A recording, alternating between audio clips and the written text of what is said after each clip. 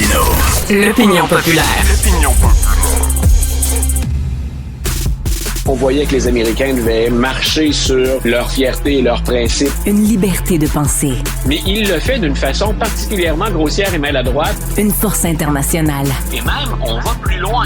Luc la liberté. Alors, Luc, Donald Trump va mettre ses principes de côté, va se boucher le nez, puis il va aller visiter cet horrible pays autoritaire et dictatorial et communiste. Communiste, il faut le dire, le Canada.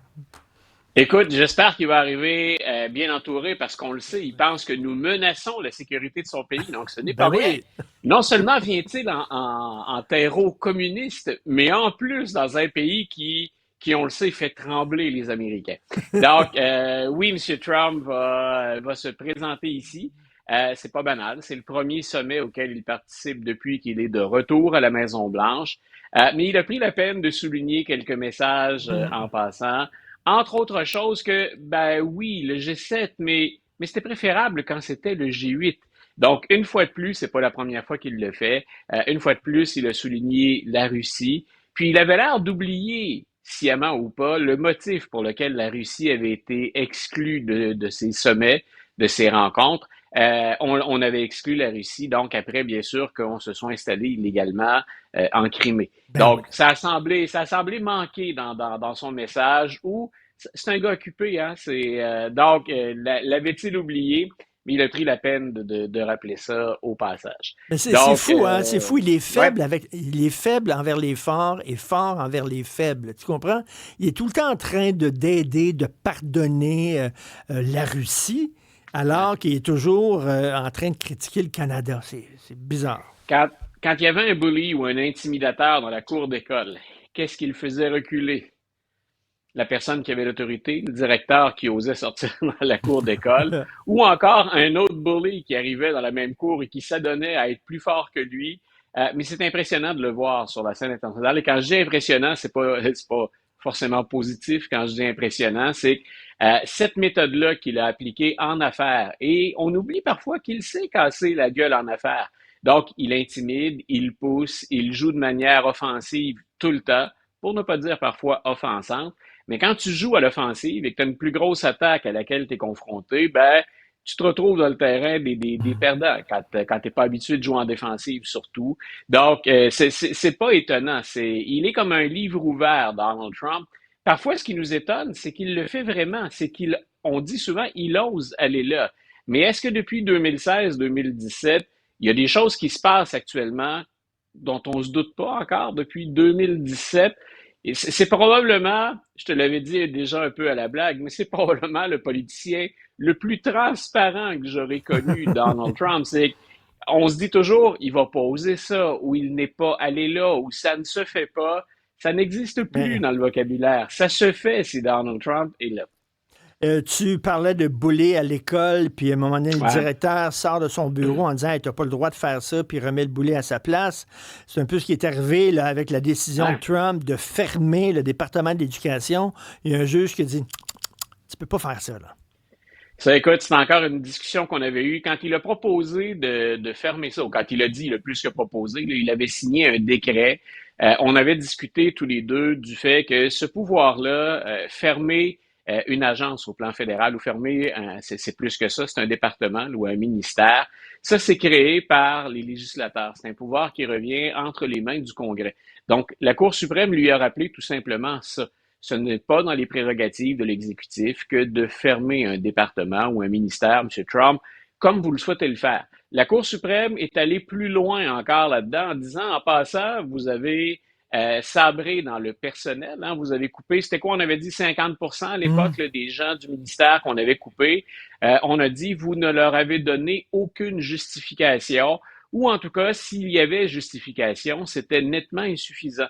Donc, la Cour a carrément statué qu'on n'avait pas travaillé fort pour offrir la preuve, finalement, de la nécessité de ces coupures-là ou des justifications. Ça a été fait de manière brutale, mais ça a été fait de manière brouillonne en même temps. Ce n'est pas la première fois qu'on dit ça d'une mesure de Donald Trump. Il agit vite, il passe un message, c'est spectaculaire. Est-ce qu'on a fait tout le travail nécessaire pour bien attacher tous les fils de l'opération? Là, il vient de se faire dire littéralement deux choses. Vous ne pouvez pas fermer le département de l'éducation Mais, et il y a des gens pour lesquels ben, vous allez devoir offrir une compensation, c'est-à-dire leur redonner leur ancien travail parce qu'on voit rien là-dedans qui justifie autant de coupures de poste. mais ça, c'est brouillon, c'est mal fait parce que tu Voilà. demandes avant, tu regardes les avis juridiques en disant est-ce que je peux faire ça? Est-ce que ça va être permis que je fasse ça? Oui, OK. Là, je vais congédier des gens, mais tu fais pas ça en sachant pas si tu as la permission ou pas de le faire. Tu fais ça quand tu crois Hein? que le Congrès est dans ta poche, quand tu crois qu'on n'osera pas s'opposer à toi au Congrès. D'ailleurs, c'est ça à quoi on a assisté. Là. Malgré des divisions à la Chambre des représentants sur le budget proposé par Donald Trump, les républicains sont rentrés dans le rang. Ça a été très serré le vote, mais il n'y a presque pas eu de dissension, même si plusieurs jouent probablement leur siège à la prochaine élection. Ce qui reste, puis on y revient souvent, c'est chaque fois que ça doit aller devant les tribunaux, est-ce que le tribunal fait son travail? Il y a une question fondamentale là-dedans, derrière ça, c'est-à-dire dont on ne parle pas. Parce qu'il y a des gens qui ont dit, ben, est-ce qu'au Québec et au Canada, on ne devrait pas avoir un Dodge, hein, une machine Hum. comme Elon Musk pour venir couper? Puis je t'avais dit à l'époque, le problème, c'est pas tant les coupures, c'est comment on les fait. On rêve tous, je pense, d'en avoir pour notre argent dans les services gouvernementaux au Canada, au Québec, comme aux États-Unis. Mais il y a une manière de faire et il y a des lois à respecter. Ça ne veut pas dire qu'on ne peut pas en faire, ça ne veut pas dire qu'on ne peut pas continuer à rêver d'en avoir plus pour notre argent quand on a créé des machines qui sont devenues des mammouths. Et je répète, il y a des façons de faire.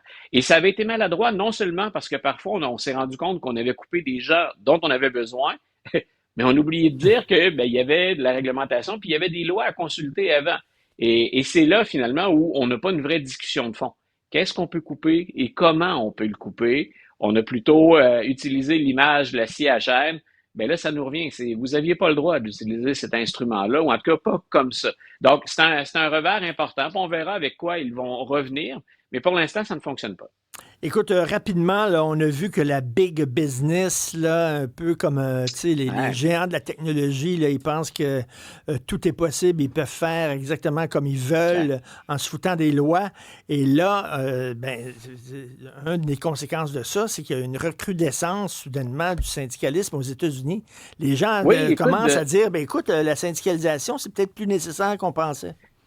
voilà, écoute, sondage qui est majeur parce que quand on regardait, appelons ça comme ça, la cote de popularité des syndicats ou de ce que tu as appelé, l'expression est bonne, la big business, là, les géants de l'industrie ou les géants de certains secteurs, la croissance ou la décroissance, ça allait de pair. Mais dans les 10, 12 dernières années, donc ça n'inclut pas que Donald Trump et le message est très important à retenir. Si je suis un républicain ou un démocrate ou à tout le moins un stratège dans les deux équipes, je note ça. La cote de la big business dans l'opinion publique est à la baisse. Ils ne sont que 40% maintenant à avoir une opinion, disons, favorable ou positive de ça, alors que l'écart s'est vraiment creusé. On est rendu à 60% de perception positive pour les syndicats aux États-Unis. Et il n'y a jamais eu énormément de syndicalisation aux États-Unis. Hein, on a parlé de lutte syndicale dans l'histoire, puis pour faire plaisir à Donald Trump, on pourrait remonter au 19e siècle puis à la naissance des grandes centrales syndicales, on n'a jamais dépassé dans toute l'histoire américaine un 30-35% de gens qui étaient syndiqués. Puis au 21e siècle, c'est baissé à 11%. Ça veut dire que malgré tout le bruit qu'on peut faire avec ça dans une campagne électorale, c'était quand même relativement faible, la syndicalisation. Mais là, on est en train, dans un contexte économique particulier, et c'est pas le récent budget dont je viens de te parler qui va changer ça. Les plus riches vont encore être nettement avantagés alors que les conditions des plus démunis ou même de la classe moyenne vont se détériorer. Donc, si je suis un Hum. démocrate ou un républicain, les républicains l'avaient noté un peu, ils ont parlé plus aux leaders syndicaux, mais là, ils sont en train de les décevoir. Donc, prochaine élection 2026, l'autre en 2028, c'est une tendance à moyen terme dans notre cas à nous deux. Continuons à observer ça. Mais je répète, ce n'est pas attribuable qu'aux républicains ou aux démocrates, mais c'est à noter. Donc, Hum. recrudescence des tentatives de syndicalisation, mais de la perception positive des syndicats aux États-Unis. Ben c'est ça. Quand on va trop loin vers un bar, écoute, Voilà, de l'autre côté, on veut rééquilibrer un peu le tout à rapport fait. de force, comme on disait tantôt avec Éric Gingras. Merci beaucoup, Luc. À demain. Salut. Bonne fin de journée, Richard. Bye.